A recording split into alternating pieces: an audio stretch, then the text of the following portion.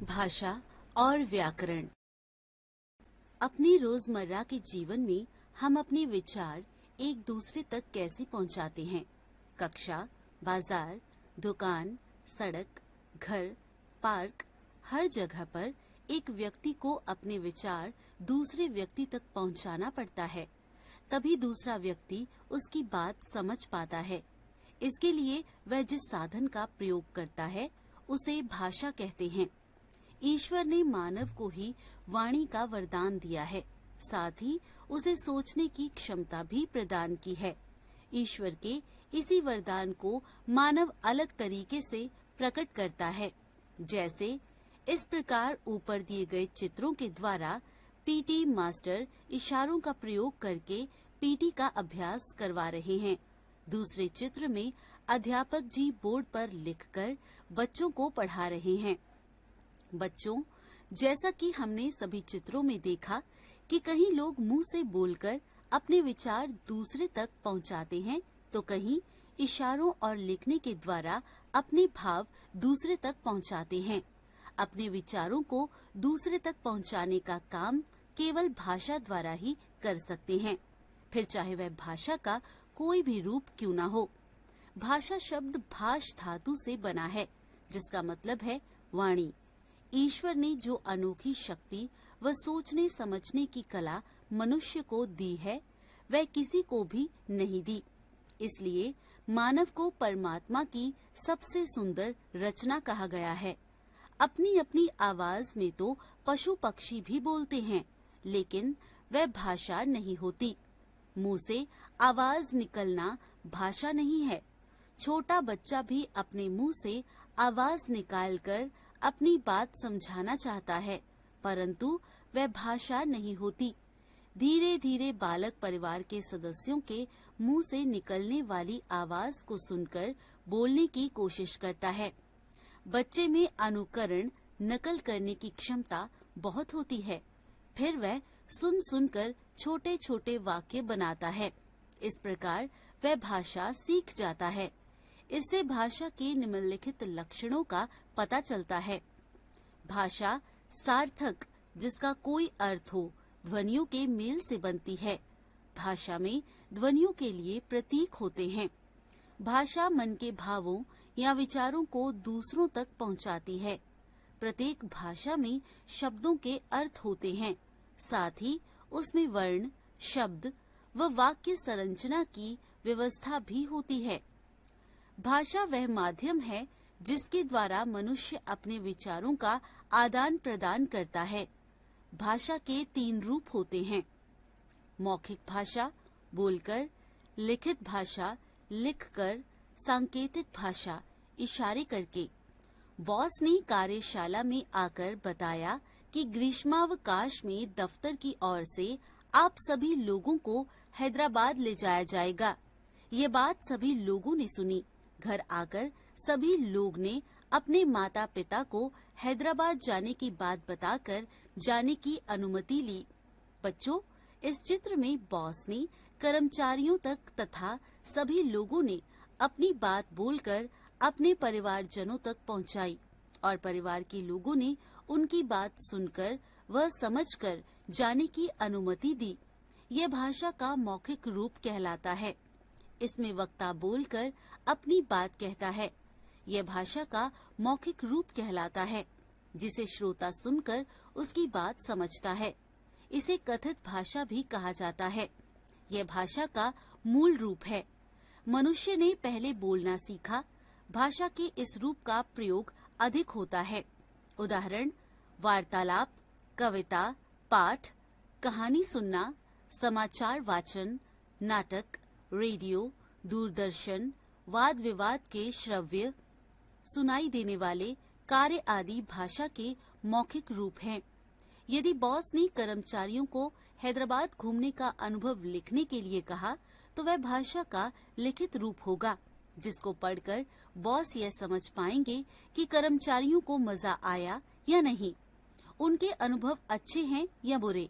इस प्रकार एक व्यक्ति लिखकर अपने विचार प्रकट करता है तथा दूसरा व्यक्ति पढ़कर उसकी बात समझता है। लिखित भाषा का जन्म मौखिक भाषा के बाद हुआ। लिखित भाषा के कारण ही मनुष्य द्वारा जमा की गई जानकारी को आने वाली पीढ़ियों के लिए संजो कर रख पाना संभव हो पाया। भाषा के 4 कौशल हैं: बोलना, सुनना, लिखना तथा पढ़ना। उदाहरण: पत्र पत्रिकाएं, समाचार पत्र, लेख, कहानी, संस्मरण, ईमेल, एसएमएस आदि भाषा के लिखित रूप हैं। इस चित्र में यातायात को नियंत्रित करता पुलिस कर्मचारी संकेतों की भाषा में अपनी भावनाएं दूसरों के सामने प्रकट करता है, जिसे समझकर लोग उसके बताए इशारों के अनुसार काम करते हैं। इसे सांकेतिक या इशारों की भाषा कहते हैं। इस प्रकार हमने भाषा के तीनों रूपों की जानकारी प्राप्त की। मातृभाषा, मातृ जोड़ी भाषा अर्थात माँ द्वारा प्राप्त भाषा, वह भाषा जिसे बालक अपनी माँ तथा परिवार द्वारा सीखता है, उसे मातृभाषा कहते हैं। इस भाषा से बालक का सबसे पहले परिचय होता है। यदि माँ गुजराती बोलती है तो बालक की मातृभाषा गुजराती होगी। यदि परिवार द्वारा कश्मीरी बोली जाती है तो बालक की मातृभाषा कश्मीरी होगी। इस प्रकार बंगाली, मराठी, उड़िया की भाषा बोली जाए तो बालक भी वही भाषा बोलेगा। राष्ट्रभाषा, राष्ट्र जोड़ी भाषा अर्थात राष्ट्र की भाषा, वह भाषा जिसका प्रयोग एक देश के ज्यादा से ज्यादा निवासियों द्वारा किया जाता है, राष्ट्रभाषा कहलाती है। भारत में हिंदी का प्रयोग लगभग 70% निवासियों द्वारा किसी न किसी रूप में किया जाता है। अतः हिंदी हमारी राष्ट्रभाषा है। प्रत्येक राष्ट्र की अपनी अपनी राष्ट्रभाषा होती है, जैसे चीन चीनी, फ्रांस फ्रांसीसी, ब्रिटेन अंग्रेजी, जापान जापानी आदि। राजभाषा, राज जोड़े भाषा अर्थात राजकाज की भाषा, वह भाषा जिसका प्रयोग देश के कार्यालयों में कामकाज के लिए किया जाता है, राजभाषा कहलाती है। राष्ट्रभाषा और राजभाषा में अंतर है, इसे एक समझने की भूल नहीं करनी चाहिए। भारत में कार्यालयों, दफ्तरों में काम करने के लिए हिंदी और अंग्रेजी दोनों भाषाओं का प्रयोग किया जाता है।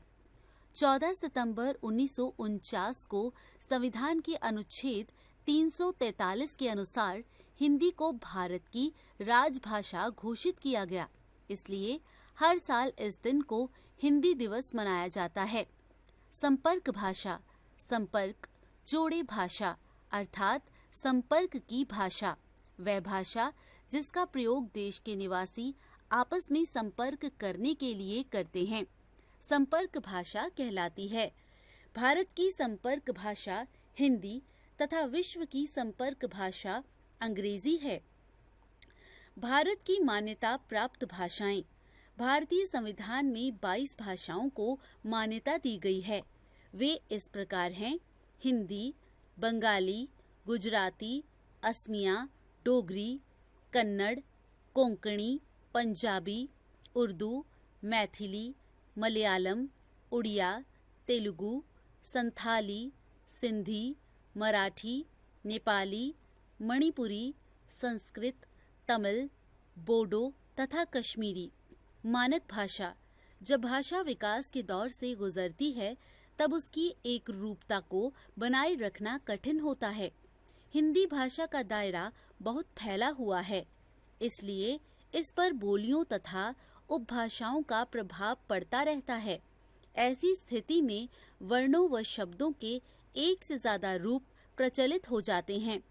कौन सा रूप शुद्ध तथा मानक है, ये जानने में कई बार कठिनाई होती है। इस कारण से भाषा के जिस रूप को शिक्षितों द्वारा प्रयुक्त व विद्वानों द्वारा स्वीकृत किया जाता है, वह भाषा का मानक रूप कहलाता है। उदाहरण: अमानक रूप: ध्व, रव, भक्त, अंत, संबंध, नए, आई। मानक रूप: दध, ख, झ, अंत, संबंध, नए, आए। हिंदी के मानक वर्ण और वर्तनी। केंद्रीय हिंदी निदेशालय के अनुसार मानक हिंदी वर्तनी संबंधी मुख्य बिंदु निम्नलिखित हैं। मानक हिंदी वर्तनी संबंधी मुख्य सुझाव: ल, र, ल का प्रयोग हिंदी में ना होने के कारण हिंदी की मानक वर्णमाला में स्थान नहीं दिया गया। संयुक्त वर्ण बनाते समय पाई को हटाकर वर्ण की घुड़ी को आधा कर या वर्ण के नीचे हल चिन्ह या हलत लगाते हैं, जैसे बच्चा, पक्का, चिन्ह। संज्ञा शब्दों से विभक्ति चिन्ह अलग करके तथा सर्वनाम शब्दों के साथ मिलाकर लिखे जाते हैं, जैसे संज्ञा राम को, श्याम को, सर्वनाम उसको, हमको। संयुक्त क्रियाएं अलग लिखी जाती हैं, जैसे पढ़ चुका है। अव्यय अलग लिखे जाते हैं, जैसे उनके साथ, यहाँ तक आदि। श्री, जी आदि अलग लिखे जाते हैं, जैसे श्री वर्मा, उपाध्याय जी। क्रिया विशेषण आदि में या अव्यय आदि में य, व के स्थान पर स्वरात्मक प्रयोग किया जाता है, जैसे नई, नई, हुआ, हुआ, किए, किए, आए, आए आदि मानक रूप हैं। जहाँ यह शब्द का मूल तत्व हो वहाँ वह यह ही रहेगा, जैसे स्थायी। अव्ययी भाव, दायित्व आदि में य के स्थान पर ई नहीं लिखा जाएगा। संयुक्त व्यंजन के रूप में पंचमाक्षर के स्थान पर अनुस्वार आता है। अनुस्वार व अनुनासिक दोनों चिन्ह प्रचलन में रहेंगे और प्रयोग किए जाएंगे। शिरोरेखा के ऊपर मात्रा व चंद्र बिंदु दोनों के लिए स्थान का अभाव हो जाता है, अतः बिंदु लगाया जा सकता है, जैसे मैं। अन्य स्थानों पर चंद्र बिंदु का प्रयोग किया जाना चाहिए। क, ख, ग, ज, फ में से अधिकांश दूसरी भाषाओं की आगत ध्वनियां हिंदी उच्चारण में बदल गई हैं। केवल ज, फ अभी भी प्रयोग में हैं। अरबी, फारसी या अंग्रेजी मूलक शब्दों में इनका प्रयोग मानक है। कुछ शब्द दोनों रूपों में मानक हैं, जैसे सर्दी, सर्दी, गर्दन, गर्दन आदि।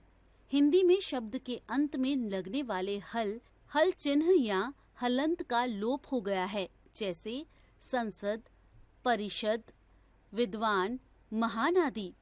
तत्सम शब्दों के तद्भव में बदल जाने पर विसर्ग का लोप हो जाता है, जैसे दुख, दुख। तत्सम शब्दों में तीन व्यंजनों के संयोग की स्थिति में एक द्वित्व मूलक व्यंजन लुप्त हो गया है, उसे नाल लिखने की छूट है, जैसे अर्ध, अर्थ, तत्व, तत्व। पूर्वकालिक प्रत्यय कर क्रिया से मिलाकर लिखा जाता है। विशेष: भारतीय संविधान में 22 भाषाओं को मान्यता दी गई है। हिंदी, गुजराती, मराठी, संस्कृत, नेपाली, मैथिली, सिंधी, उर्दू, असमिया, संथाली, बोडो, उड़िया, पंजाबी, डोगरी, कश्मीरी, तमिल, तेलुगु, कोंकणी, मलयालम, मणिपुरी, बंगाली तथा कन्नड़। बोली: भाषा का क्षेत्रीय रूप बोली कहलाता है। यह भाषा का अल्प विकसित रूप होता है। इसे साधारण तौर पर बोल चाल में प्रयोग किया जाता है। इसमें साहित्य की रचना प्राय नहीं होती। कुछ साहित्यकारों ने बोलियों में साहित्य की रचना की थी, जैसे गोस्वामी तुलसीदास ने रामचरितमानस, कवितावली, सूरदास ने सुरसागर तथा विद्यापति ने पदावली की रचना की, परंतु बोलियों में रचनाएं बहुत कम हुई हैं। आगे चलकर यह केवल बोली तक ही सीमित रह गईं। इनका आगे विकास नहीं हो सका।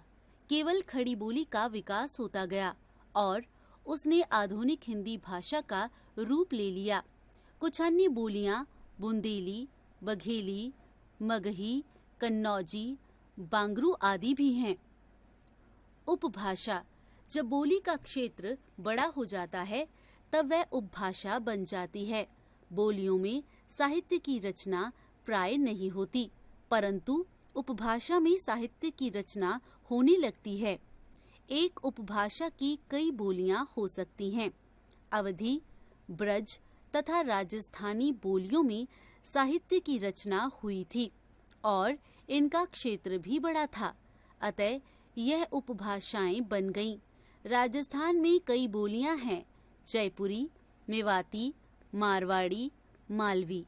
जब उपभाषा का क्षेत्र विस्तृत हो जाता है तब वह भाषा का रूप ले लेती है। हिंदी की उपभाषाएं व उनकी बोलियां। हिंदी उपभाषाओं को 5 वर्गों में बांटा गया है। उपभाषाएं, बोलियां। पश्चिमी हिंदी, व्रजभाषा, बुंदेली, कन्नौजी, हरियाणवी। पूर्वी हिंदी, अवधी, छत्तीसगढ़ी, बघेली। पहाड़ी हिंदी, गढ़वाली, कुमाऊनी, मगधी, मगही, भोजपुरी, अंगिका। राजस्थानी, मेवाती, जयपुरी, मालवी, मारवाड़ी। लिपि। लिपि का अर्थ है लीपना। बच्चों, जैसा कि हम जानते हैं, मनुष्य ने उच्चारित भाषा को स्थायी रूप देने तथा अपने विचार दूर बसे संबंधियों तक पहुंचाने के लिए चित्रों को माध्यम बनाया, जिसे चित्रालिपि के नाम से जाना जाता है। फिर उसने उच्चारित ध्वनियों को चिन्ह दिए। यही चिन्ह लिपि कहलाए जाते हैं। उच्चरित ध्वनियों को लिखने की विधि लिपि कहलाती है। प्रत्येक भाषा की अपनी लिपि होती है। हिंदी भाषा की लिपि देवनागरी है। लिपि देवनागरी संस्कृत, मराठी, कश्मीरी, कोंकणी, नेपाली, बोडो, संथाली। लिपि बंगाली, बांग्ला लिपि, अंग्रेजी, रोमन लिपि, जर्मन, रोमन लिपि, फ्रांसीसी, रोमन लिपि, उर्दू, फारसी लिपि, पंजाबी, गुरमुखी लिपि। देवनागरी लिपि की विशेषताएं। देवनागरी विश्व की एकमात्र वैज्ञानिक लिपि है। एक ध्वनि के लिए एक चिन्ह निर्धारित है। देवनागरी लिपि बाईं से दाईं ओर लिखी जाती है। फारसी दाईं से बाईं ओर लिखी जाती है। लेखन व मुद्रण में एक रूपता। रोमन, अरबी, फारसी में हाथ से लिखे हुए और छपा हुए रूप अलग अलग होते हैं। लिपि चिन्हों के नाम व ध्वनि में एक रूपता। रोमन में वर्ण का नाम सी ध्वनि क है। अंग्रेजी भाषा में वर्तनी की समस्या को सुलझाने के लिए देवनागरी पर आधारित देवग्रीक लिपि प्रस्तावित की गई। कंप्यूटर पर यूनिकोड द्वारा देवनागरी में लिखे गए लेख का किसी भी भाषा में अनुवाद किया जा सकता है। साहित्य। किसी भाषा के जमा किए गए ज्ञान कोश को साहित्य कहते हैं। इसमें ज्ञान व अनुभव की बातें निहित होती हैं। साहित्य 2 प्रकार का होता है, गद्य साहित्य, पद्य साहित्य। गद्य साहित्य जब साहित्यकार साधारण रूप से बोलचाल की भाषा में अपने विचार व्यक्त करते हैं तो गद्य साहित्य कहलाता है। इसमें तुकबंदी अथवा लय का अभाव होता है। जैसे भारतवर्ष ने कभी भी भौतिक वस्तुओं के संग्रह को बहुत अधिक महत्व नहीं दिया है। उसकी दृष्टि से मनुष्य के भीतर जो महान आंतरिक गुण स्थिर भाव से बैठा हुआ है वही चरम और परम है। लोभ, मोह, काम, क्रोध आदि विचार मनुष्य में स्वाभाविक रूप से विद्यमान रहते हैं, पर उन्हें प्रधान शक्ति मान लेना और अपने मन तथा बुद्धि को उन्हीं के इशारे पर छोड़ देना बहुत बुरा आचरण है। भारतवर्ष ने कभी भी उन्हें उचित नहीं माना। उन्हें हमेशा संयम के बंधन में बांधकर रखने का प्रयत्न किया है, परंतु भूख की, बीमारी की, ज्ञान की, अच्छाई की उपेक्षा नहीं की जा सकती। गद्य के उदाहरण उपन्यास, जीवनी, कथा, लेख, कहानी, पत्र, नाटक, निबंध, संस्मरण।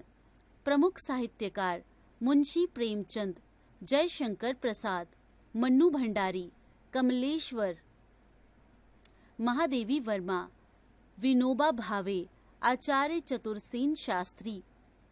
पदय साहित्य, जब साहित्यकार अपने विचार लय या तुकबंदी द्वारा व्यक्त करते हैं तब वह पदय साहित्य कहलाता है। जैसे बहचले रश्मि के प्राण, विहग के गान, मधुर निर्झर के स्वर, झरझर झरझर, प्राची का अरुणाभ क्षितिज, मानो अंबर की सिरसिज में फूला कोई रक्तिम गुलाब, रक्तिम सरसिज। पदय के उदाहरण दोहा, छंद, कविता, सवैया, पद, कवित्त, सोरठा। प्रमुख कवि कबीर, बिहारी, तुलसीदास, जायसी, रसखान, जयशंकर प्रसाद, सुमित्रा नंदन पंत। व्याकरण, बच्चों ध्यान दीजिए, वर्णों का सार्थक मेल शब्द, शब्दों का व्यवस्थित क्रम वाक्य और वाक्यों के सार्थक मेल से भाषा बनती है। यदि यह सभी बातें व्यवस्थित ना हो तो भाषा का कोई अर्थ ही नहीं निकलेगा। किस वर्ग, शब्द तथा वाक्य का प्रयोग कहाँ करना है, इसका ज्ञान व्याकरण से ही मिलता है। अर्थात व्याकरण भाषा के नियम निर्धारित करता है। व्याकरण वह शास्त्र है जो भाषा के शुद्ध रूप व प्रयोग का बोध कराता है। व्याकरण के अंग वर्ण विचार, शब्द विचार, वाक्य विचार। हमने सीखा भाषा द्वारा विचारों व भावों का आदान प्रदान होता है। भाषा के दो रूप हैं, मौखिक, लिखित। मातृभाषा से बालक का सबसे पहले परिचय होता है। देश के अधिकांश निवासियों द्वारा बोली जाने वाली भाषा राष्ट्रभाषा होती है। राजभाषा का प्रयोग देश के प्रशासनिक कार्यों में किया जाता है। विद्वानों व शिक्षाविदों द्वारा स्वीकृत भाषा का रूप मानक भाषा कहलाता है।